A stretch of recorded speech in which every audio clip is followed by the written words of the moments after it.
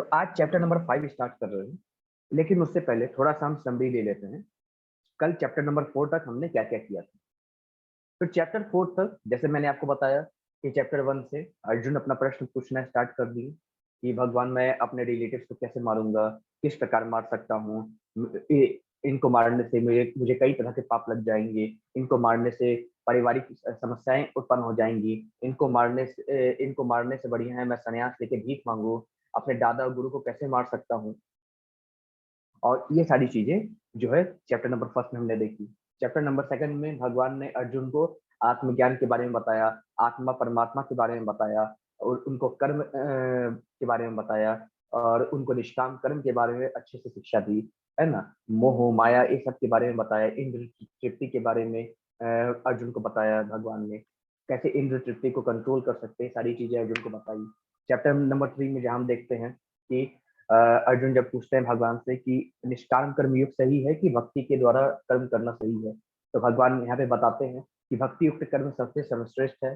फिर उसके बारे में थोड़ा डिटेल यहाँ पे डिस्कशन अच्छे से होता है, ठीक है। और चैप्टर नंबर 4 में कल हम देखते हैं कि जो यहाँ पे ज्ञान योग के द्वारा हम भगवान को पाने की कोशिश करते हैं, तो यहीं पे ज्ञान योग के द्वारा जहाँ भगवान बताते हैं कि मैं हर युग युग में जन्म लेता हूँ जब जब धर्म की हानि होती है ना। इसी तरीके से चीजें चैप्टर 3 चैप्टर 4 में अभी तक हमने पढ़ी है। बिल्कुल शुभम प्रभु जी कि ज्ञान कैसे भगवान से मानव तक कैसे आए हैं और टाइम पीरियड देखा ब्रह्मा जी का। कल हमने मनवंतर के बारे में भी पढ़ा और हमने देखा कि कल्प क्या होता है, मनवंतर क्या होता है, ब्रह्मा जी का दिन कितने का होता है, 100 वर्ष की ब्रह्मा जी की आयु में कितने कल्प होते हैं, सारी चीज अच्छे से हमने यहाँ पे देखी। ठीक है, आज का जो चैप्टर का नाम है वह है कर्म संन्यास योग।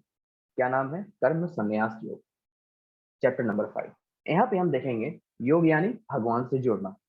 अब कर्म संन्यास योग मतलब अपने कर्म के द्वारा गृहस्थ जीवन में रह के सन्यासी की भांति भगवान तक पहुंचने के लिए सन्यासी बनना ही आवश्यक नहीं है। जीवन में रह के इस गृहस्थ जीवन में रह के मन से सन्यासी होकर ऐसा कैसा कर्म किया जाए कि भगवान तक हम पहुंच सके। ठीक है, तो इसके बारे में यहाँ पे डिटेल अच्छे से डिस्कस किए हैं। ठीक है, चलिए जब अब श्लोक नंबर 1 स्टार्ट करते हैं। अब यहाँ पे अर्जुन की कई उलझन है। ठीक है, तो अर्जुन अब भगवान कृष्ण से प्रश्न पूछते हैं। क्या पूछते हैं? अर्जुन उवाच संन्यासं सकर्मणां कृष्ण पुनर्योगं च संशसि यच्च श्रेयः येति योरेकं तन्मे ब्रूहि सुनिश्चितम्। तो अर्जुन यहाँ पे क्या करते हैं भगवान कृष्ण से? हे कृष्ण, पहले आप मुझसे कर्म त्यागने के लिए कहते हैं और फिर भक्ति पूर्वक कर्म करने का आदेश देते हैं। क्या आप अब कृपा करके निश्चित रूप से बताएंगे कि इन दोनों में से अधिक कौन लाभप्रद है? जहाँ पे भगवान ने संन्यास की बात की थी इससे पहले, तो अर्जुन को लगता है कि संन्यास मतलब कर्म को त्यागना। तो भगवान से प्रश्न पूछता है कि प्रभु एक बार बताइए, एक तो आप कहते हैं कि कर्म को त्याग दो, दूसरी ओर कहते हैं भक्ति के साथ कर्म करो, जबकि भगवान ने कर्म के फल को त्यागने को बोला है। लेकिन अर्जुन यहाँ पे बोलते हैं, अर्जुन को लग रहा है कि भगवान कह रहे हैं कि कर्म को ही त्याग दो, सन्यासी बन जाओ, ऐसा भगवान कह रहा है। तो भगवान से अर्जुन प्रश्न पूछते हैं कि प्रभु एक चीज बताइए, आप पहले कहते हैं कर्म को त्याग दो, दूसरी बार कहते हैं कि कर्म को मत त्यागो, मुझे याद करके कर्म करो, भक्ति युक्त कर्म करो। अब आप बताएंगे कृपा करके प्रभु कि इन दोनों में सबसे बेस्ट क्या है, क्या चीज मैं करूं? मैं उलझन में हूँ, कंफ्यूजन में हूँ, करूं क्या मैं प्रभु? मुझे बताइए क्या करूं मैं। फिर आगे भगवान क्या कहते हैं? श्री भगवान उवाच संन्यासः कर्म योगश्च निःश्रेय सकरावुभौ तयोस्तु कर्म संन्यासा संन्यासात् कर्म योगो विशिष्यते। अब भगवान श्री कृष्ण श्लोक नंबर 2 में क्या कहते हैं? श्री भगवान ने कहा मुक्ति के लिए तो कर्म का परित्याग तथा भक्ति में कर्म दोनों ही उत्तम है, किंतु इन दोनों में से कर्म के परित्याग से भक्ति युक्त कर्म श्रेष्ठ है। भगवान कहते हैं अर्जुन, मुक्ति के लिए तो कर्म के फल का त्याग अगर हम कर देते हैं तो भी श्रेष्ठ है, या भक्ति के साथ अगर कर्म करो, मुझे याद करके कर्म करो, भक्ति युक्त कर्म करो, वो भी श्रेष्ठ है। दोनों ही मुक्ति के लिए सर्वश्रेष्ठ है। लेकिन अगर दोनों को कंपेयर करें तो भक्ति के साथ कर्म करना वो सर्वश्रेष्ठ और ज्यादा श्रेष्ठ है। किसकी अपेक्षा? कि कर्म के परित्याग से या कर्म के फल के परित्याग से। तो यहाँ पे भगवान बोलते हैं, हे अर्जुन, कर्म के फल के परित्याग से ज्यादा श्रेष्ठ है तुम भक्ति के साथ कर्म करो। तो मुझे याद करके कर्म करोगे तो तुम्हारे याद में, तुम्हारे मन में मेरा नाम, मेरी छवि हमेशा रहेगी। फिर आगे एक कहानी आती है राजा नृग की, बहुत अच्छी कहानी है, सभी लोग सुनिएगा। एक बार राजा नृग जो है बहुत यशस्वी राजा थे। ये राजा इक्ष्वाकु के पुत्र थे, ठीक है। इक्ष्वाकु राजा वही जिनको मनु मनु जी द्वारा दिव्य ज्ञान दिया गया था, जो भगवान कृष्ण ने सूर्यदेव विवस्वान को दिया, विवस्वान ने मनु को दिया, मनु ने अपने पुत्र इक्ष्वाकु को दिया, और इक्ष्वाकु के पुत्र कौन है? राजा नृग। तो ये बहुत बड़े दानवीर थे, बहुत बड़े धनवीर थे, दानशाली थे, हर समय दान करते रहते थे, ठीक है।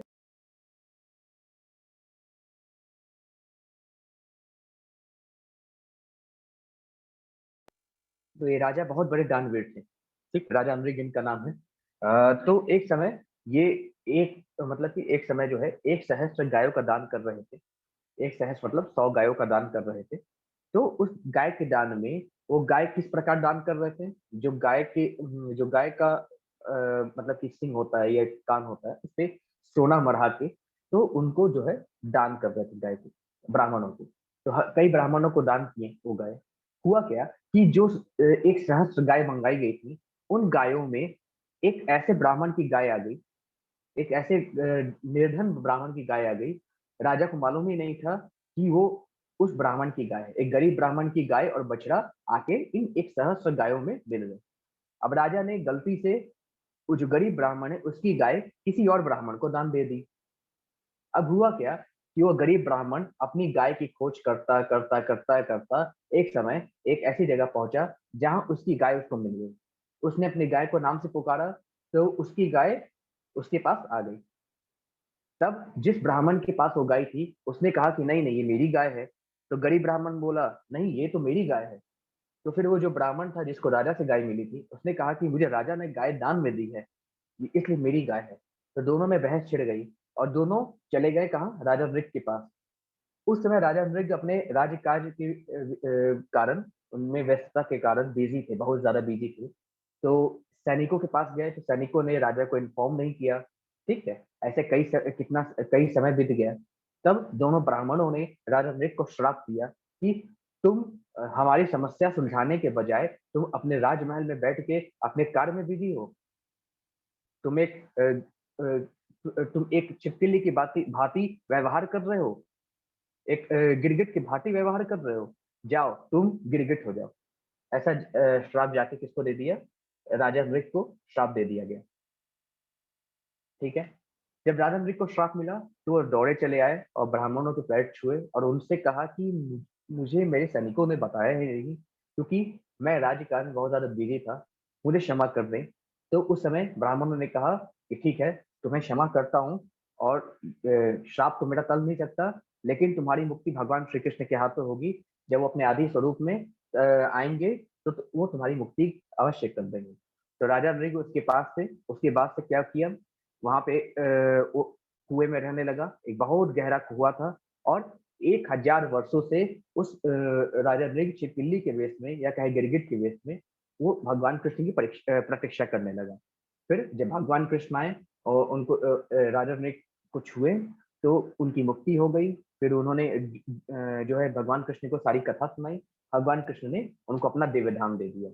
तो इस प्रकार से राजा मृग की एक छोटी सी गलती, जहाँ पे उन्होंने अपने सैनिकों को आदेश नहीं दिया था कि कोई भी अगर ब्राह्मण आए या कोई भी व्यक्ति आए तो उसे मुझे तुरंत मिलवाओ, कोई भी व्यक्ति आए न्याय के लिए उसे मुझे तुरंत मिलवाओ, अगर ये आदेश दे दिया होता तो ये श्राप इनको नहीं भोगना पड़ता, ठीक है। लेकिन इनके छोटी सी गलती के कारण जो है इनको ये श्राप भोगना पड़ा, ठीक है। तो इसीलिए जितने भी आगे राजा आए वे अपने सैनिकों को अवश्य कह देते थे, कोई भी व्यक्ति अगर न्याय के लिए आए तो अवश्य उनको उनकी सभा में ले आया जाए, इससे कहीं राजा मृग जैसी स्थिति न बने। तो ये सारी चीजें छोटी छोटी चीज हैं कि हमें हर चीज पे ध्यान देना पड़ता है। फिर आगे यहाँ पे अ, अ, आगे एक चीज बहुत अच्छा श्लोक है, ध्यान दीजिएगा। प्राप्य चिंतया बुद्धिया हरि संबंधी वस्तुनः मुमुक्षुभिः परित्यागो वैराग्यम फलगु कथ्यते। जब लोग भगवान से संबंधित चीजों की मुक्ति को प्राप्त करने के लिए उत्सुक होते हैं तथा उन्हें भौतिक होने के लिए सोचना उनके त्याग को अधूरा कहा जाता है। भक्ति रसामृत सिंधु में कहा गया है, जब लोग भगवान से संबंधित चीजों की मुक्ति को प्राप्त करने के लिए उत्सुक होते हैं तो उन्हें भौतिक होने के लिए सोचने की आवश्यकता नहीं है। भगवान की पूजा करें, भक्ति सेवा में लगे रहें, निश्चित रूप से उनकी मुक्ति संभव है। फिर आगे भगवान श्लोक नंबर 3 में कहते हैं, ये यह सह नित्य सन्यासी यो न दवेशति न कांक्षति निर्द्वंद्वो ही महाबाहो सुखम बंधात प्रमुच्यते।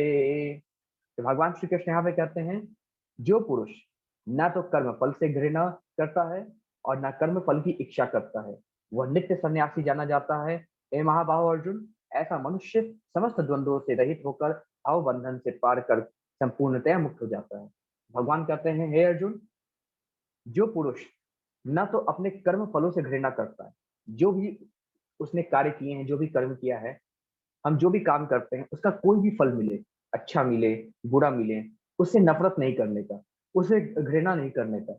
जो व्यक्ति ऐसा करता है और किसी भी कर्म फल की इच्छा नहीं करता कि मैं जो काम कर रहा हूँ उसका अच्छा ही फल मिलेगा, उसका मुझे यही फल मिलेगा, जो व्यक्ति इसकी इच्छा नहीं करता वो मन से सन्यासी जाना जाता है, नित्य सन्यासी जाना जाता है।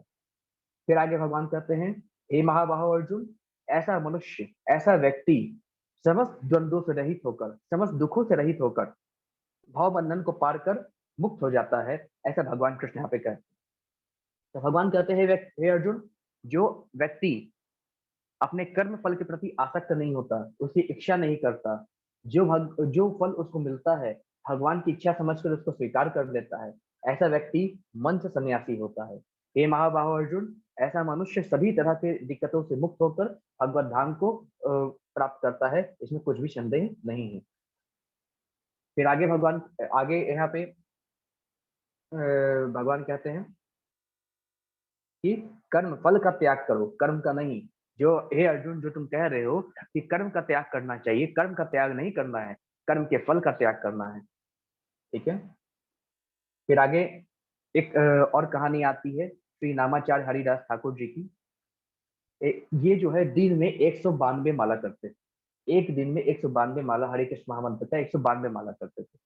भगवान के बहुत बड़े भक्त थे ये। एक समय की बात है, ये 192 माला कर रहे थे अपना नित्य प्रतिदिन। ये एक गुफा में चले जाते थे और वहां पे भगवान का नाम जप करते। तो एक समय स्वर्ग से एक अप्सरा आई। उन्होंने कहा कि मुझे आपसे मिलना है, मुझे आपसे बात करनी। तो नामाचार्य, और इतनी सुंदर अप्सरा थी, इतनी सुंदर अप्सरा थी, फिर भी जो नामाचार्य हरिदास ठाकुर जी थे उन्होंने कहा, मेरा अभी माला जाप बाकी है, रुकिए, जब तक मेरा माला जाप नहीं हो जाता तब तक आप यहीं पे प्रतीक्षा कीजिए। तो इनका एक दिन गुजर गया, 2 दिन गुजर गया, 3 दिन गुजर गया, इनका माला जाप खत्म ही नहीं हुआ।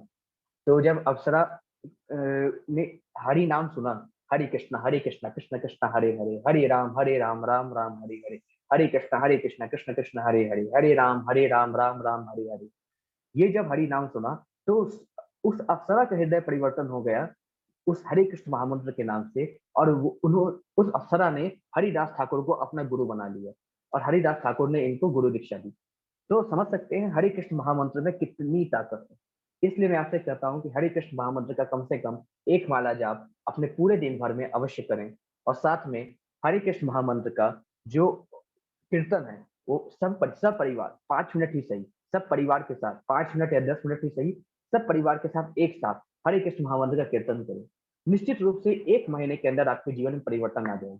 वैसे ये परिवर्तन आप एक दिन में इसको महसूस कर सकते हैं, परंतु अगर आपको थोड़ा सा वास्ट परिवर्तन देखना है तो 1 महीना भी आप कम से कम करिए, तो जीवन में आपके परिवर्तन बहुत आ जाएगा।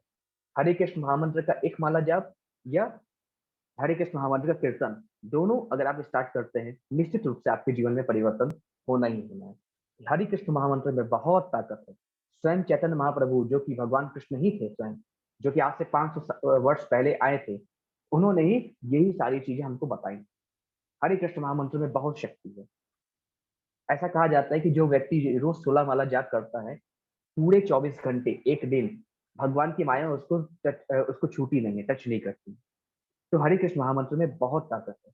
तो जो भी व्यक्ति चाहता है कि उसके जीवन के प्रॉब्लम्स दूर हो जाएं, जो व्यक्ति चाहता है कि उसके जीवन में सारी समस्याएं दूर हो जाएं, भगवान के करीब जाएं, तो निश्चित रूप से 16 माला जाप करे, या कम से कम एक माला जाप से ही शुरुआत करे, उसकी समस्याएं धीरे धीरे कम होना शुरू हो जाएंगी। ये मैं नहीं कह रहा हूँ, ये स्वयं भगवान चैतन्य महाप्रभु ने कहा है, ये हमारे ग्रंथों ने कहा है, प्रभुपाद जी ने कहा है, सारे लोग यही कहते हैं। हरे कृष्ण महामंत्र में इतनी ताकत है कि प्रत्येक समस्या का हल है हरे कृष्ण महामंत्र। और कली काल में तो यही ऐसा मंत्र है जो हमको भगवान कृष्ण तक लेके जा सकता है। ठीक है, फिर आगे यहाँ पे भगवान कहते हैं, सांख्य योगो पृथक बाला प्रवदन्ति न पंडितः एकमप्यास्थितः सम्यगुभयो विरंदते फलम। अब भगवान कृष्ण कहते हैं श्लोक नंबर 4 में, अज्ञानी ही भक्ति को भौतिक जगत के विश्लेषात्मक अध्ययन से भिन्न कहते हैं। अज्ञान, जो अज्ञानी की भक्ति है उसको भौतिक जगत में अगर उसको अध्ययन किया जाए तो उसे अलग कहते हैं ज्ञानियों से। जो वस्तुतः ज्ञानी है वे कहते हैं कि जो इनमें से किसी एक मार्ग का भली भांति अनुसरण करता है वह दोनों के फल का प्राप्त कर लेता है। तो यहाँ पे भगवान कृष्ण कहते हैं जो ज्ञानी जन है वो कहते हैं या तो कर्म के फल का त्याग कर लीजिए या तो भक्ति युक्त कर्म कर लीजिए। जैसा भगवान भी कह रहे हैं कि दोनों में से किसी एक का अगर इंसान अनुसरण कर ले तो वो भव सागर से पार हो जाता है, वो भव बंधन से पार हो जाता है। ऐसा भगवान कृष्ण यहाँ पे कहते हैं कि ज्ञानी जन भी ये सारी बातें करते हैं। ठीक है, ज्ञानी जन वो जिन्होंने भगवान का नाम ले लेकर अपनी मुक्ति सुनिश्चित की है। ठीक है, फिर आगे भगवान कहते हैं, यत्ते सांख्ये प्राप्यते स्थानम तद योगैरपि गम्यते एकम सांख्यम च योगम च यह पश्यति स पश्यति। तो भगवान कृष्ण कहते हैं जो व्यक्ति यह जानता है कि विश्लेषणात्मक अध्ययन द्वारा प्राप्त स्थान भक्ति द्वारा भी प्राप्त किया जा सकता है, और इस तरह जो सांख्य योग तथा भक्ति योग को एक समान देखता है वही वस्तुओं को यथारूप देखता है। दोनों रास्ते एक हैं, दोनों रास्ते एक भगवान कृष्ण की ओर ले जाते हैं। जो व्यक्ति, जो इंसान दोनों रास्तों को समान देखता है, लेकिन जैसे भगवान कृष्ण ने बताया है भक्ति युक्त वाला रास्ता थोड़ा सा ज्यादा सर्वश्रेष्ठ है, लेकिन जो दोनों रास्तों में अंतर नहीं करता वो व्यक्ति सब कुछ को यथारूप में देखता है। ऐसा भगवान कृष्ण कहते हैं। फिर आगे प्रभु कहते हैं, संन्यासस्तु महाबाहो दुःखमाप्तुम योग्यतः योग युक्तो मुनि ब्रह्मं न चिरेणाधिगच्छति। अब भगवान श्लोक नंबर 6 में कहते हैं, भक्ति में लगे बिना केवल समस्त कर्मों का परित्याग करने से कोई सुखी नहीं बन सकता, परंतु भक्ति में लगा हुआ विचारवान व्यक्ति शीघ्र ही परमेश्वर को प्राप्त कर लेता है। अगर कोई व्यक्ति सोचता है कि हम सारे कर्म का त्याग कर देते हैं, कर्म के फल का नहीं, कर्म करना ही छोड़ देते हैं, तो व्यक्ति कभी सुखी हो ही नहीं सकता। जैसे भगवान ने पहले बताया था, बिना कर्म किए तो जीवन निर्वाह ही नहीं सिद्ध होगा, ये जीवन चल ही नहीं सकता। तो कर्म तो करना ही पड़ेगा। हाँ, अगर उस कर्म में भक्ति इन्वॉल्व कर दें, भगवान कृष्ण का याद इन्वॉल्व कर दें, तो निश्चित रूप से वह कर्म अकर्म बन जाता है और हमारे कर्म का कोई बंधन नहीं बंधता, और अंत समय में हम भगवत धाम को प्राप्त होते हैं। ऐसा भगवान कृष्ण स्वयं करते हैं। फिर प्रभु कहते हैं, योग युक्तो विशुद्धात्मा विदितात्मा जितेन्द्रिय सर्वभूतात्म भूतात्मा कुर्वनम ननपि न लिप्यते। भगवान कृष्ण कहते हैं जो व्यक्ति भक्ति भाव में कर्म करता है, जो विशुद्ध आत्मा है और अपने मन तथा इंद्रियों को वश में रखता है, वह सबों को प्रिय होता है और सभी लोग उसे प्रिय होते हैं। ऐसा व्यक्ति कर्म करता हुआ भी कभी नहीं बंधता। तो भगवान कहते हैं, हे अर्जुन, जो व्यक्ति मेरी भक्ति में कर्म करता है वह विशुद्ध आत्मा है और अपने मन तथा इंद्रियों को ऐसा व्यक्ति अपने वश में रखता है, वह व्यक्ति सबका प्रिय होता है और सभी लोग उसके प्रिय होते हैं। ऐसा भगवान कहते हैं। और प्रभु कहते हैं कि ऐसा व्यक्ति जो भक्ति युक्त कर्म करता है वो कर्म करता हुआ भी कर्म के बंधन से नहीं बंधता है। ऐसा भगवान कृष्ण यहाँ पे कहते हैं। फिर आगे प्रभु कहते हैं, नैव किंचित करोमीति युक्तो मन्येत तत्ववित् पश्ये जन श्री अन्व स्पृश्यज्जी धनन शनन दक्षिण स्व पक्ष स्वसन। भगवान श्लोक नंबर 8 में कहते हैं। फिर आगे श्लोक नंबर 9 में क्या है, प्रलपन्वी सृजन गृहन अन्नोन्मी शन्मी मिशनन इंद्रियाणि इंद्रियार्थेषु वर्तन्ते इति धारयना। भगवान श्लोक नंबर 8 और 9 में क्या कहते हैं? भगवान कहते हैं दिव्य भावना मृत युक्त पुरुष देखते हैं, सुनते हैं, स्पर्श करते हैं, सूंघते हैं, खाते हैं, चलते हैं, फिरते हैं, सोते हैं तथा श्वास लेते हैं, इन सारे कार्यों को करते हुए भी अपने अंतर में सदैव यही जानते हैं कि वास्तव में वह कुछ भी नहीं करता। बोलते, त्यागते, ग्रहण करते या आंखें खोलते बंद करते हुए भी यह जानता है कि भौतिक इंद्रियां अपने अपने विषयों में प्रवृत्त हैं और वह इन सबसे पृथक है। इसका मतलब जो व्यक्ति भगवान कृष्ण का भक्त होता है, वह खाता, बोलता, स्पर्श करता, सूंघता, सुनता, सोता, श्वास लेता, कोई भी कार्य कर रहा हो, सब सोचता है कि सब भगवान कृष्ण की इच्छा से हो रहा है। जैसे मैं आप लोगों को भगवत गीता बता रहा हूँ, तो ये भी मैं नहीं बता रहा हूँ, मैं तो एक निमित्त मात्र हूँ। इसे भगवान श्री कृष्ण की इच्छा से भगवान श्री कृष्ण स्वयं आपको ये सारी चीजें बता रहे हैं। वो खुद आपको मेरे माध्यम से आपको सारी चीजें बता रहे हैं। मैं तो एक निमित्त मात्र हूँ, मैं कुछ नहीं करता हूँ, क्योंकि मेरे पास इतनी शक्ति ही नहीं है मैं कुछ करूं।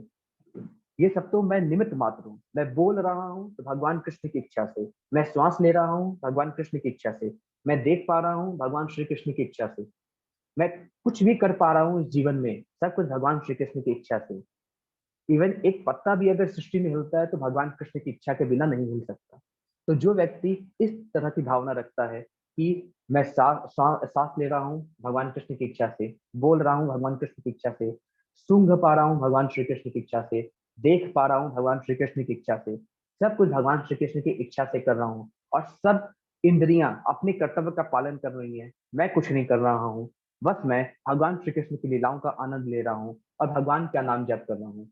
जो इस हिसाब से अपनी भावना को रखता है, वह सर्वश्रेष्ठ भक्त भगवान का होता है और निश्चित रूप से अंत समय में उसको भगवत धाम की प्राप्ति अवश्य होती है, ऐसा भगवान कहते हैं। फिर आगे प्रभु कहते हैं श्लोक नंबर 10 में, ब्रह्मणयाधाय कर्माणि संगम त्यक्त्वा करोति यः लिप्यते न स पापेन पद्म पत्र निवाम भसा।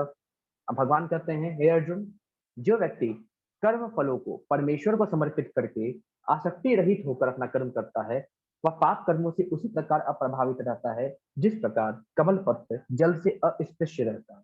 तो भगवान कहते हैं हे अर्जुन, जो व्यक्ति अपने कर्मों के समस्त फलों को भगवान श्रीहरि के चरणों में अर्पण कर देता है, वह सभी पाप कर्मों से मुक्त हो जाता है, और वो इस प्रकार से मुक्त रहता है जिस प्रकार से अगर पानी कमल के पुष्प के ऊपर डाला जाए तो पानी कमल के पुष्प को भिंगा नहीं पाती।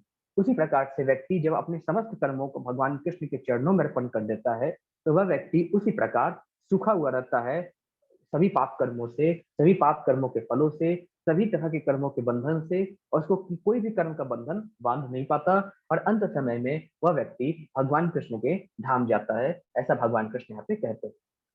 ठीक है, जैसे प्रभुपाद जी, इन्होंने सब कुछ भगवान श्री कृष्ण के चरणों में अर्पण कर दिया था, और और निष्काम रूप से भगवान के भक्तों को जितने भी लोग हैं उनको भगवान का भक्त बना रहे थे, उनको भगवान के पास ला रहे थे। निष्काम भाव से उन्होंने भगवान के मंदिरों का निर्माण किया, इस भावना से कि समाज का कल्याण हो जाए, भगवान के नाम का जाप जो है सभी लोग करें, भगवान के नाम को प्रचार प्रसार देश विदेश में हो जाए, जैसा कि इनके गुरुदेव का इनको आदेश था। तो इस प्रकार से इन्होंने अपने कर्तव्य का पालन किया कि मेरे गुरुदेव का आदेश है, मुझे करना ही है, इसमें मेरा कुछ नहीं है, मेरे भगवान ने मेरे गुरुदेव के द्वारा मुझे आदेश दिया है कि मुझे भगवान के नाम का प्रचार प्रसार करना है, सो मेरा उद्देश्य है। इसलिए प्रभुपाद जी ने अमेरिका से लेकर पूरे विश्व में नाम का प्रचार प्रसार कर दिया, और आज हम जो भगवत गीता सुन पा रहे हैं, और वो प्रभुपाद जी की वजह से ही है, जो कि हम यहाँ पे ऑनलाइन बैठ के सारी चीजें अच्छे से जान पा रहे हैं।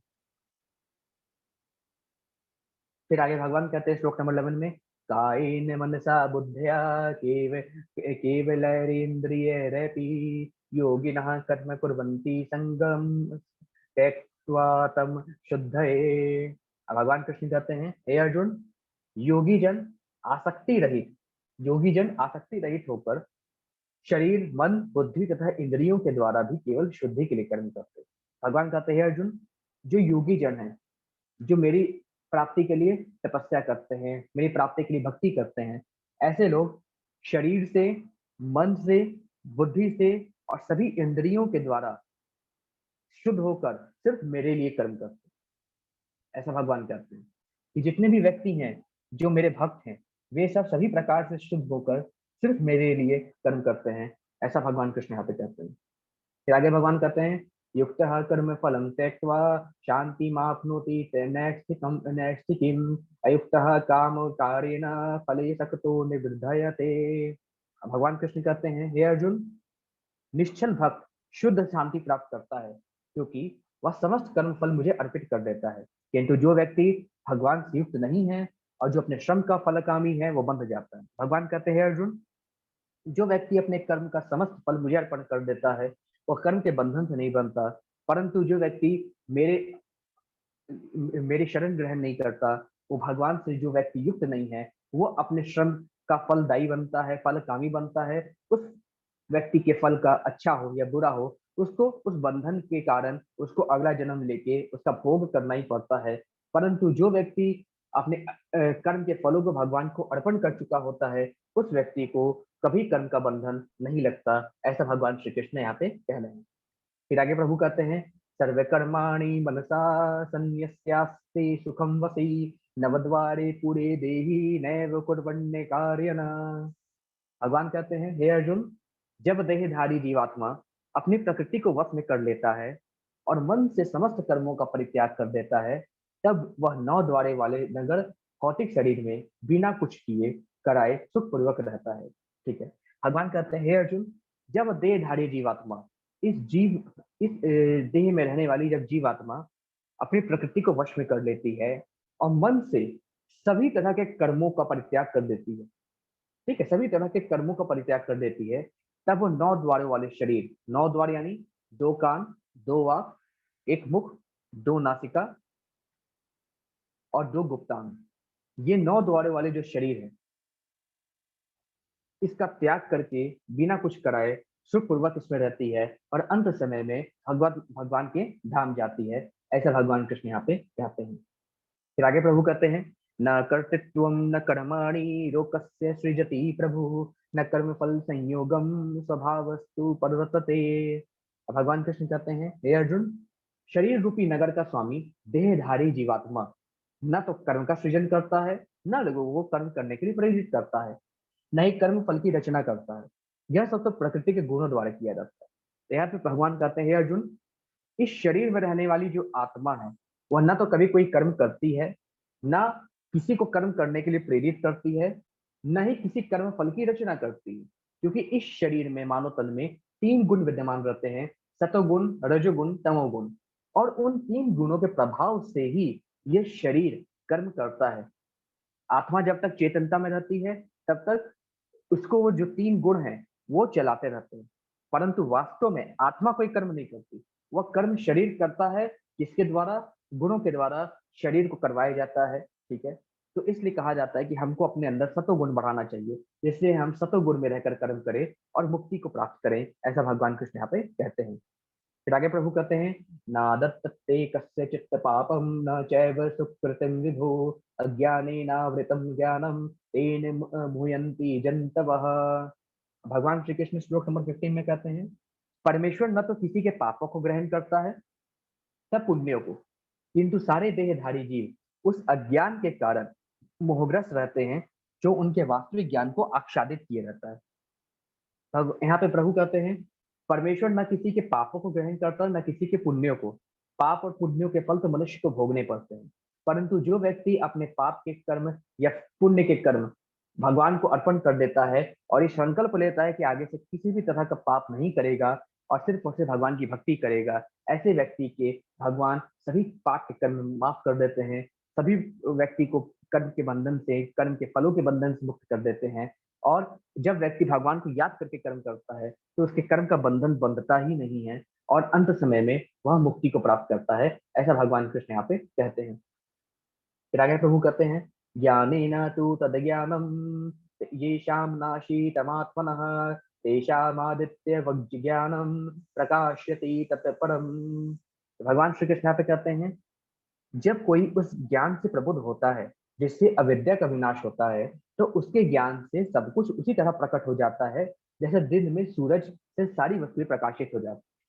और जब उस व्यक्ति को यह ज्ञान हो जाता है कि किस प्रकार से कर्म करना चाहिए, किस प्रकार से भक्ति युक्त कर्म से मुक्ति मिल सकती है। तो उसकी अविद्या का नाश हो जाता है, उसको सारी चीजों का ज्ञान हो जाता है और वो उसी प्रकार प्रकट हो जाता है जैसे दिन में सूरज की रोशनी से समस्त वस्तुएं दिखाई देने लगती हैं। फिर आगे भगवान कहते हैं तद्बुद्धयस्त दात्मास तन्निष्ठास्त अतपरायणः गच्छन्त्य पुनरावृत्तिम ज्ञान निर्धुत कल्मषः। अब भगवान कृष्ण कहते हैं जब मनुष्य की बुद्धि, मन, श्रद्धा तथा शरण सब कुछ भगवान में स्थिर हो जाता है, तभी वह पूर्ण ज्ञान द्वारा समस्त कल्मष से शुद्ध होता है और मुक्ति के पथ पर अग्रसर होता है। तो यहाँ पे भगवान कहते हैं अर्जुन, जब मनुष्य का बुद्धि, मनुष्य का मन, मनुष्य की श्रद्धा और मनुष्य भगवान की शरण लेके सब कुछ भगवान में स्थिर हो जाता है, सब कुछ भगवान को अर्पण कर देता है, तब वह व्यक्ति पूर्ण ज्ञान से भावित होता है और उसके द्वारा समस्त कल्मश को नष्ट करते हुए भगवत धाम को प्राप्त होता है। ऐसा भगवान कृष्ण यहाँ पे कह रहे हैं। फिर आगे भगवान कहते हैं श्लोक नंबर 18 में, विद्या विनय संपन्ने ब्राह्मणे गविहस्तिने हस्तने शुनि चैव स्वपाके च पंडितः समदर्शिनः। अब भगवान श्री कृष्ण यहाँ पे बोलते हैं विनम्र साधु पुरुष अपने वास्तविक ज्ञान के कारण एक विद्वान तथा विनीत ब्राह्मण गाय, हाथी, कुत्ता तथा चंडाल को समान दृष्टि से देखते हैं। भगवान कहते हैं अर्जुन, जो व्यक्ति साधु पुरुष होता है, जो व्यक्ति भक्ति युक्त कर्म करता है, वह समस्त जीवों में सिर्फ एक मुझ परमात्मा के दर्शन करता है। भगवान कहते हैं चाहे वो जो साधु पुरुष होते हैं वह ब्राह्मण में, गाय में, शेर में, हिरण में, राक्षसों में, चांडाल में, भूत प्रेत में, कुत्ते में और इवन अलग अलग तरह के जातियों में जो व्यक्ति होते हैं, सभी तरह के व्यक्तियों में सिर्फ और सिर्फ मेरे स्वरूप का दर्शन करता है। ऐसा व्यक्ति निश्चित रूप से मेरे धाम जानने योग्य है और वो निश्चित रूप से मेरे धाम को जाता है। और सब में वो व्यक्ति समान व्यवहार रखता है, जैसा बात कुत्ते से करता है वैसे ही बात शेर से करता है।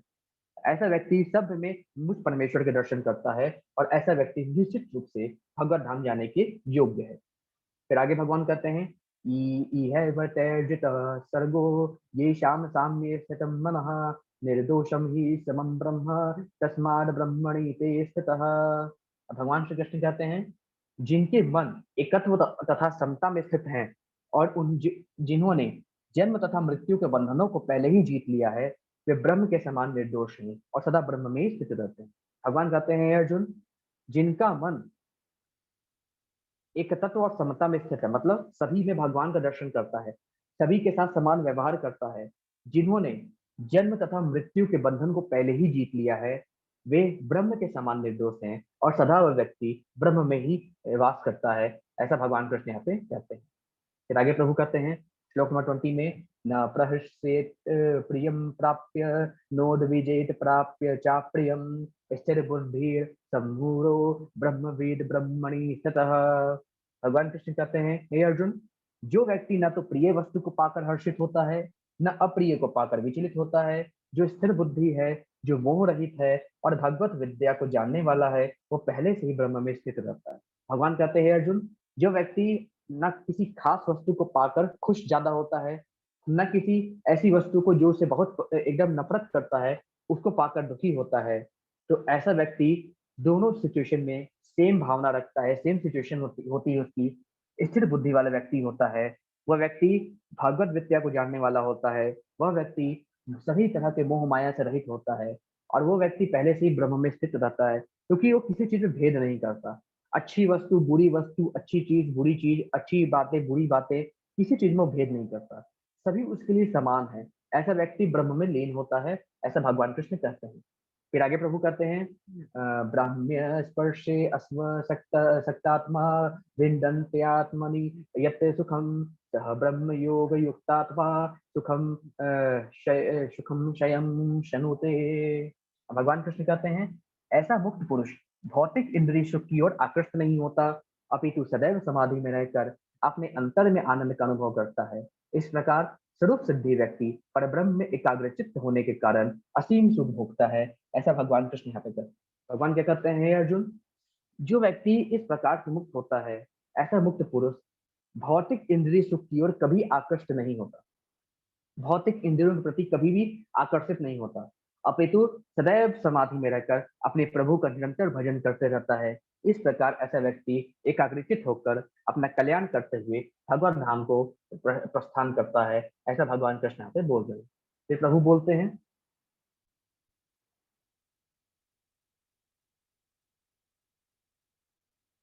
फिर आगे भगवान बोलते हैं, ये श्लोक नंबर 22 में, ये ही संस प्रसजा भोगा दुख योनय एव ते आद्यन्तवन्तः कौन्तेय न तेषु रमते बुधः।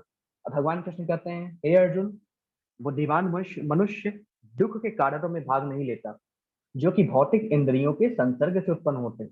हे कुंती पुत्र, ऐसे भोगों का आदि तथा अंत होता है, अतः चतुर व्यक्ति उनमें आनंद नहीं लेता है। भगवान कहते हैं, हे अर्जुन, जो बुद्धिमान व्यक्ति होता है वह कभी भी भौतिक इंद्रियों से जो हमें सुख मिलता है उसमें कभी रमता नहीं, वो कभी ऐसे भोगों में लिप्त नहीं होता।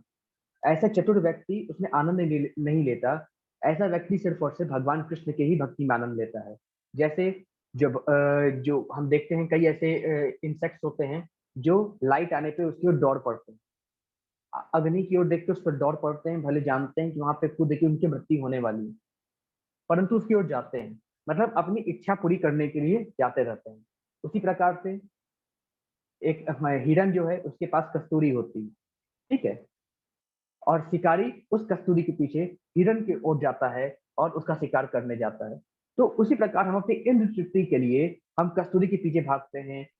इंसेक्ट्स जो है, जो जितने भी आपके इंसेक्ट्स हैं वो रोशनी के पीछे भागते हैं। तो इंद्र तृप्ति के लिए जो व्यक्ति भागता है उसका कभी कल्याण नहीं होता। बुद्धिमान मनुष्य सभी में संभाव रखता है, सिर्फ और सिर्फ भगवान की भक्ति से उसे प्राप्त करता है। इंद्र तृप्ति से, इंद्र विषयों के भोग से कभी भी वह व्यक्ति सुख की प्राप्ति नहीं करता। ठीक है, फिर आगे भगवान कहते हैं, शक्नोति है वह यह सोढ़ूम प्राप्य शरीर विमुक्षणात् काम क्रोधोद भवम स्वेगम स युक्तः सह सुखी नरः। भगवान बोलते हैं, हे अर्जुन, यदि इस शरीर को त्यागने के पूर्व कोई मनुष्य इंद्रियों के वेगों को सहन करने तथा इच्छा एवं क्रोध के वेग को रोकने में समर्थ होता है तो इस संसार में सुखी रह सकता है। भगवान कहते हैं, अर्जुन, अगर कोई व्यक्ति शरीर को त्यागने के पूर्व अपने सभी इंद्रिय, अपने मन को कंट्रोल में रख लेता है तो ऐसा व्यक्ति संसार में सुखी हो जाता है और आगे जाके मेरे धाम को वास करता है। ऐसा भगवान श्री कृष्ण यहाँ पे कह रहे हैं।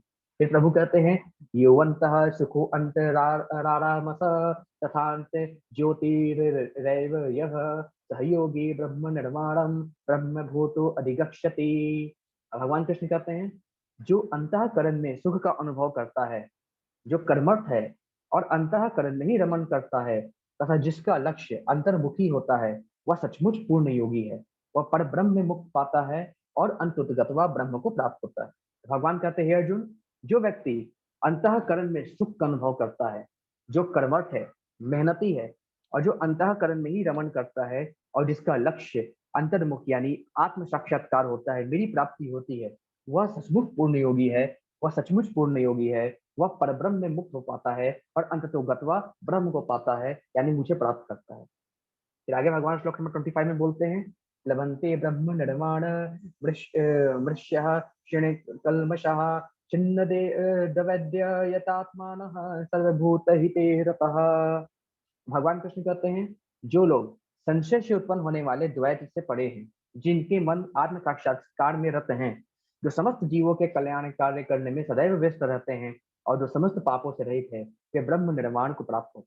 भगवान कहते हैं, हे अर्जुन, जो लोग संशय से उत्पन्न होने वाले जो द्वैत है उससे पड़े हैं, जिनके मन आत्म साक्षात्कार में रत हैं, जो समस्त जीवों के कल्याण हेतु सदा ही उनमें व्यस्त रहते हैं, जो समस्त पापों से रहित है, ऐसा व्यक्ति मुझको प्राप्त करता है, मुक्ति प्राप्त करता है, इसमें कुछ भी संशय संदेह नहीं है। फिर आगे भगवान कृष्ण यहाँ पे कहते हैं, काम क्रोध वियुक्ता नाम यतिनाम यत चेतसाम अभितो ब्रह्म निर्वाणम वर्तते विदितात्मनाम। भगवान कृष्ण कहते हैं, जो व्यक्ति क्रोध तथा समस्त भौतिक इच्छाओं से रहित है, जो स्वरूप सिद्धि आत्म संयमी है और संसिद्धि के लिए निरंतर प्रयास करते हैं, उनकी मुक्ति निकट भविष्य में सुनिश्चित है। भगवान कहते हैं, हे अर्जुन, जो व्यक्ति क्रोध तथा समस्त भौतिक इच्छाओं से रहित है जो आत्म संयमी है, संतोषी है, जो सदा ही भगवान की प्राप्ति के लिए सदा ही प्रयासरत रहता है, वह निकट भविष्य में भगवान की प्राप्ति अवश्य करता है, इसमें कुछ भी संदेह नहीं। फिर आगे श्लोक नंबर 27-28 में भगवान कहते हैं, स्पर्शानि कृत्वा ब्राह्यान्स चक्षुश्चैव अंतरे भूर्भुवोः प्राणापानो समो कृत्वा नासाभ्यंतरचारिणोः। और 28 में कहते हैं प्रभु, यतेन्द्रिय मनोबुद्धि मुर्नि मोक्ष परायणः विगते अक्षा भय क्रोधो यह सदा मुक्त एव सः। भगवान इन दोनों श्लोक में कहते हैं, समस्त इंद्रिय विषयों को बाहर करके, दृष्टि को भौहें के मध्य केंद्रित करके, प्राण तथा अपान वायु को नथुनों के भीतर रोककर और इस तरह मन इंद्रियों तथा बुद्धि को वश में करके जो मोक्ष को लक्ष्य बनाता है, वह योगी इच्छा भय तथा क्रोध से रहित हो जाता है। जो निरंतर इस अवस्था में रहता है वह अवश्य ही मुक्त है। तो भगवान यहाँ पे, जो व्यक्ति ध्यान के द्वारा भगवान को प्राप्त करना चाहता है, तो ध्यान किस प्रकार करे? अपने दृष्टि की को भौहों के मध्य में केंद्रित करके, प्राण तथा अपान वायु को नथुनों के भीतर रोककर, मतलब कि कुछ समय के लिए सांस ले सांस छोड़े, फिर कुछ समय के लिए सांस ले सांस छोड़े, योग के माध्यम से सांसों को कंट्रोल करे, मन और इंद्रियों को बुद्धि को वश में करके भगवान श्री कृष्ण के चरणों में लगा दे, और इस प्रकार जो मोक्ष को अपना लक्ष्य बनाता है, वह व्यक्ति निरंतर अपने कार्य को करते हुए अंत समय में मोक्ष को प्राप्त करता है, ऐसा भगवान श्री कृष्ण कहते हैं। और आखिरी में भगवान श्री कृष्ण कहते हैं श्लोक नंबर 29 में, भोक्ताराम यज्ञ तपसाम सर्वलोक महेश्वरम सुहृदम सर्वभूतानाम ज्ञात्वा माम शांति मृक्षते। भगवान कहते हैं, हे अर्जुन, मुझे समस्त यज्ञों तथा तपस्याओं का परम भोक्ता, समस्त लोकों तथा देवताओं का परमेश्वर एवं समस्त जीवों का उपकारी एवं हितैषी जानकर मेरे भावनामृत से पूर्ण पुरुष भौतिक दुखों से शांति लाभ करता है। भगवान कहते हैं, हे अर्जुन, मुझे समस्त यज्ञों का भोक्ता जानो, मुझे सभी तपस्याओं का स्वामी जानो, क्योंकि सभी तपस्याओं का फल मैं देता हूँ। समस्त लोकों का समस्त लोकों का भोक्ता जानो, समस्त देवताओं का मैं परमेश्वर हूँ, सभी लोकों का मैं परमेश्वर हूँ, एवं समस्त जीवों का मैं उपकारी तथा हितैषी हूँ। जो इस प्रकार से जानकर मेरे भक्ति में लगा रहता है, वह पुरुष भौतिक दुखों से उठकर शांति लाभ को प्राप्त करता है और भगवान कृष्ण के दिव्य लोक को जाता है। इसमें कुछ भी संदेह नहीं है। ठीक है, तो इस मानव जीवन शरीर का उचित उपयोग हमें करना चाहिए। ठीक है, जैसे सोने की एक ईंट मूल्यवान है और इसे कागज के वजन के रूप में नहीं रखा जाता, इसलिए इस प्रकार बहुमूल्य जीवन है, इसका उपयोग सांसारिक भोग के बजाय वास्तविक सुख प्राप्त करने के लिए किया जा सकता है। ठीक है, जिस प्रकार सोने की ईंट को कागज के लिए पेपर वेट के रूप में नहीं इस्तेमाल किया जा सकता, उसको किसी और इस्तेमाल में लाया जाता है, उसी प्रकार ये मानव तन सांसारिक सुख को प्राप्त करने के लिए नहीं मिला है, और भगवत धाम जाके प्रभु की प्राप्ति के लिए मिला है। इसमें कुछ भी संदेह नहीं होना चाहिए। ठीक है,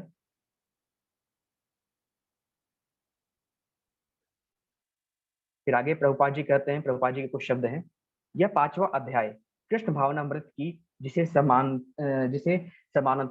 सामान्यता कर्मयोग कहते हैं, व्यवहारिक व्याख्या है। यहाँ पर इस प्रश्न का उत्तर दिया गया है कि कर्मयोग से मुक्ति किस प्रकार प्राप्त होती है, कर्मयोग करके उसके फल से किस प्रकार से हम मुक्ति प्राप्त कर सकते हैं। कृष्ण भावनामृत में कार्य करने का अर्थ है भगवान के पूर्ण ज्ञान के साथ कर्म करना, यानी अकर्म, भगवान को याद करके कर्म करना, ये अकर्म कहलाता है। ऐसा कर्म दिव्य ज्ञान से भिन्न नहीं होता। प्रत्यक्ष कृष्ण भावनामृत भक्ति योग है, और ज्ञान योग वह पथ है जिससे भक्ति योग प्राप्त किया जाता है। ज्ञान के बिना भक्ति प्राप्त नहीं है। जब भगवान के बारे में ज्ञान होगा तभी हम उनकी भक्ति कर सकते हैं। फिर आगे प्रभुपाद जी कहते हैं, कृष्ण भावनामृत का अर्थ है परमेश्वर के साथ अपने संबंध का पूर्ण ज्ञान प्राप्त करके कर्म करना, और इस चेतना की पूर्णता का अर्थ है कृष्ण या श्री भगवान का पूर्ण ज्ञान। शुद्ध जीव भगवान के अंश रूप में ईश्वर का शाश्वत दास है। वह माया पर प्रभुत्व जताने की इच्छा से ही माया के संपर्क में आता है, और यही उसके कष्टों का मूल कारण है। ध्यान से देखिए, प्रभुपाद जी कहते हैं, हम सभी भगवान के ही अंश हैं, शाश्वत अंश है, परंतु हम सब माया पर प्रभुत्व जताने की इच्छा से ही माया के संपर्क में आते हैं कि हम माया के कंट्रोलर हैं। ठीक है, हम सब कुछ भगवान के ही अंश है, लेकिन जब हमें अहंकार आ जाता है कि हम भगवान से भिन्न हैं, तो भगवान हमको सृष्टि में भेज देते हैं और कहते हैं जाओ प्रकृति का मजा लो, प्रकृति को एंजॉय करो, और यहाँ पे आके हम फंस जाते हैं। फिर हमें भगवान का ध्यान करके, उनका याद करके, उनके नामों का याद करके, उनके बारे में सोच के, उनकी भजन करके, उनकी पूजा करके फिर हमको वहां तक जाना होता है। यही इस जीवन का लक्ष्य है। तो जो व्यक्ति माया पर प्रभुत्व रखकर भगवान से अलग होता है और यहाँ पर आता है, यही उसके कष्टों का मूल कारण है। जब तक वह पदार्थ के संपर्क में रहता है, उसे भौतिक आवश्यकताओं के लिए कर्म करना पड़ेगा, किंतु कृष्ण भावनामृत उसे पदार्थ की परिधि में स्थित होते हुए भी आध्यात्मिक जीवन में ले आता है, क्योंकि भौतिक जगत में भक्ति का अभ्यास करने पर जीव का दिव्य स्वरूप पुनः प्रकट होता है।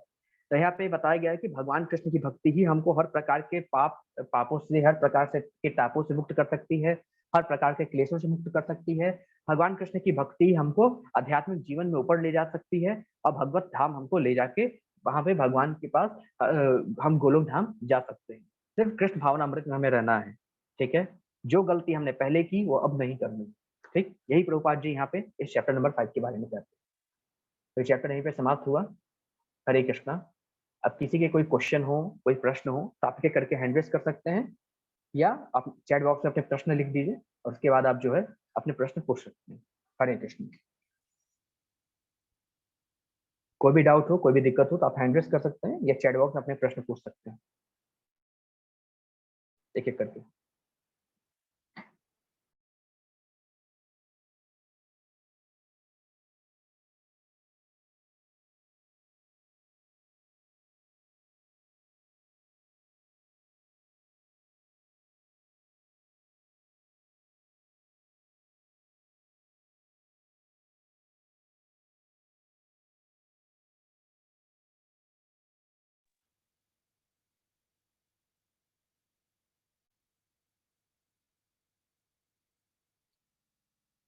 मृत्यु की मृत्यु प्रभु जी, एक बार कंफर्म करिएगा। मृत्यु, आप मृत्यु कर रहे हैं क्या?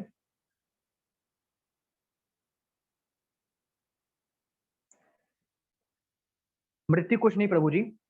जब ये आत्मा शरीर का त्याग करती है और नए शरीर धारण करने जाती है, जब इस शरीर की उम्र पूरी हो जाती है, तो आत्मा इस शरीर को त्याग कर नवीन शरीर को धारण करती है।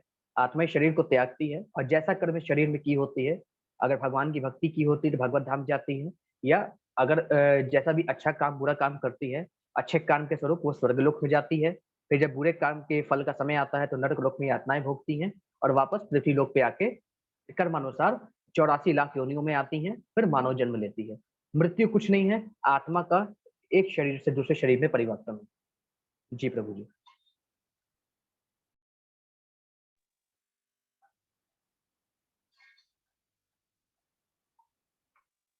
और कोई प्रश्न हो तो आप लोग हैंड रेस कर सकते हैं या चैट बॉक्स में आप लिख सकते हैं।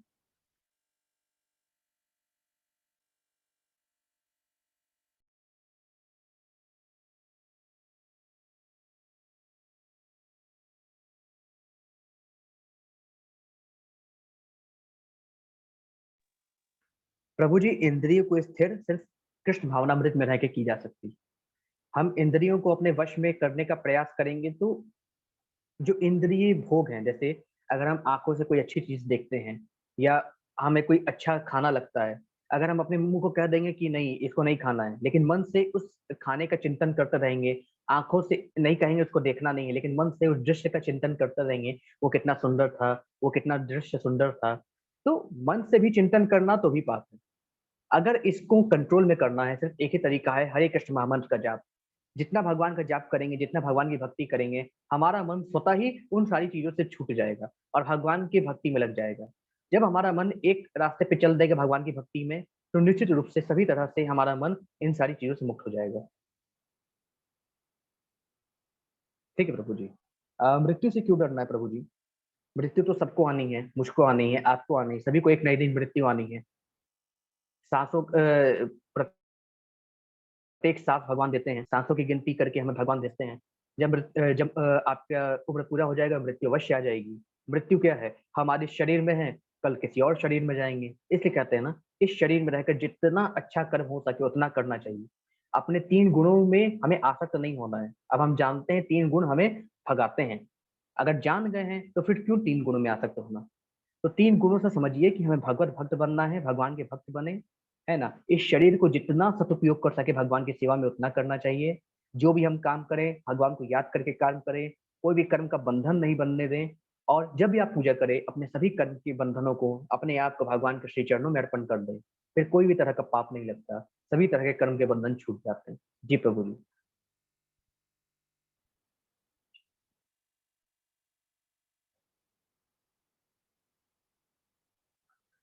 और कोई क्वेश्चन है आप लोगों का तो पूछ सकते हैं या हैंड रेज कर सकते हैं।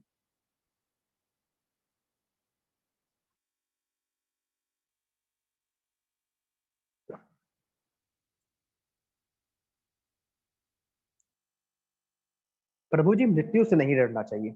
मृत्यु मतलब शरीर की आत्मा का एक शरीर से दूसरे शरीर में कन्वर्जन। अब जैसे हम सभी आत्मा हैं इस शरीर में। आवाज नहीं आ रही है? माता जी, आवाज नहीं आ रही क्या?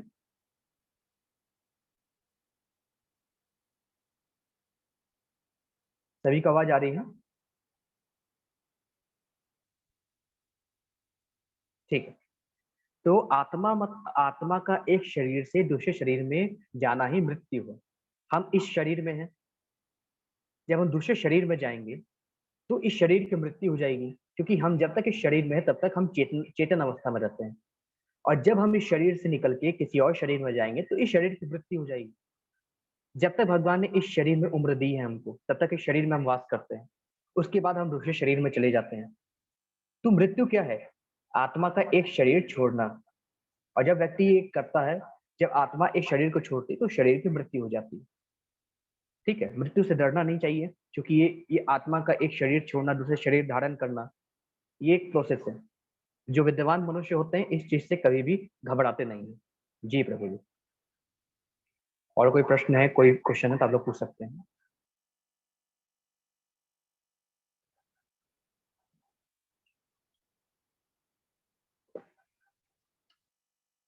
दुष्यंत प्रभु जी, तीन गुण है: सतोगुण, रजोगुण, तमोगुण। जब व्यक्ति भगवान की भक्ति करता है, जब व्यक्ति सभी के साथ अच्छा करता है, जब व्यक्ति सभी की भलाई का काम करता है, किसी को खुशी देने का काम करता है, तो ऐसा व्यक्ति सतोगुण में होता है।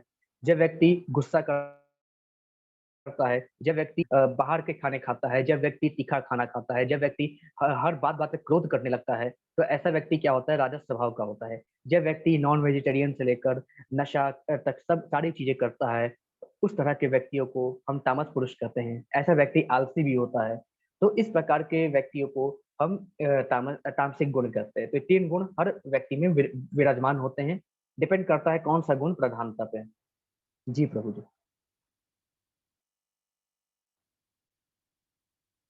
और कोई प्रश्न तो पूछ सकते हैं आप, या हैंड रेस कर सकते हैं कोई।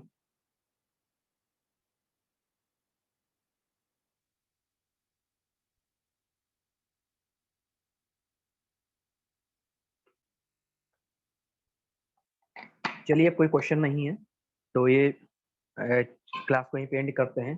सभी लोग अपने क्विज करते रहिएगा, ठीक है? और क्विज जैसे ही आपका चैप्टर 5 का क्विज कर लीजिएगा आप। एक माता जी का प्रश्न है कि एक ही घर में चार लोग रह रहे हों, हर किसी में तीन गुण अलग अलग हो, तो कैसे मैनेज किया जाए? देखिए माता जी, ऐसा है कि हर इंसान के अलग अलग गुण होते हैं, राइट? अब अगर आपको ये चूंकि देखिए भगवान कृष्ण की कृपा है तो आप भागवत गीता में आ पाएंगे, ठीक है? भगवत गीता सुन पा रही हैं। तो मतलब भगवान कृष्ण चाहते हैं कि आप अपने गुण को इम्प्रूव करें, अपने गुण को सतोगुण में लाएं। सबसे पहले स्वयं में हम उस चीज को अप्लाई करें, दूसरों की ना सोचें। यहाँ पे सबसे पहले हम स्वयं को चेंज करने की कोशिश करें। दुनिया में हम जो चेंज देखना चाहते हैं, सबसे पहले खुद पे चेंज करें, अपने आप को सतोगुण तक लाएं। हम जब सतोगुण में आ जाएंगे और भगवान हरे कृष्ण का हरे कृष्ण मंत्र जाप करेंगे, तो निश्चित रूप से आप तो अपने आप को सतोगुण तक तो ला ही पाएंगे। और वो हरे कृष्ण मंत्र में इतना ज्यादा पावर है, इतनी ज्यादा पावर है कि आपके आसपास रहने वाले लोग भी भगवान की भक्ति तक आ जाएंगे। बस आपको विश्वास होना जरूरी है उस मंत्र पे। आपको विश्वास होना जरूरी है कि हरे कृष्ण महामंत्र से सब कुछ सही हो सकता है। आप जपना शुरू कीजिए, अपने आप को सतोगुण तक लाइए, उस माला का जप करना स्टार्ट कीजिए। देखिएगा उस माला में इतनी पावर है कि आपके अंदर की माया को तो खत्म करेगा ही करेगा, साथ में आसपास के रहने वालों को भी भगवान श्री कृष्ण तक ले आएगा। इतनी पावर है इस माला में। इसलिए हरे कृष्ण महामंत्र का जाप अवश्य करना चाहिए। आप अपने ऊपर सबसे पहले लागू कीजिए, उसके बाद धीरे धीरे सभी लोग भगवान कृष्ण तक अवश्य आ जाएंगे माता जी। हरे कृष्ण। और कोई प्रश्न तो पूछ सकते हैं आप लोग।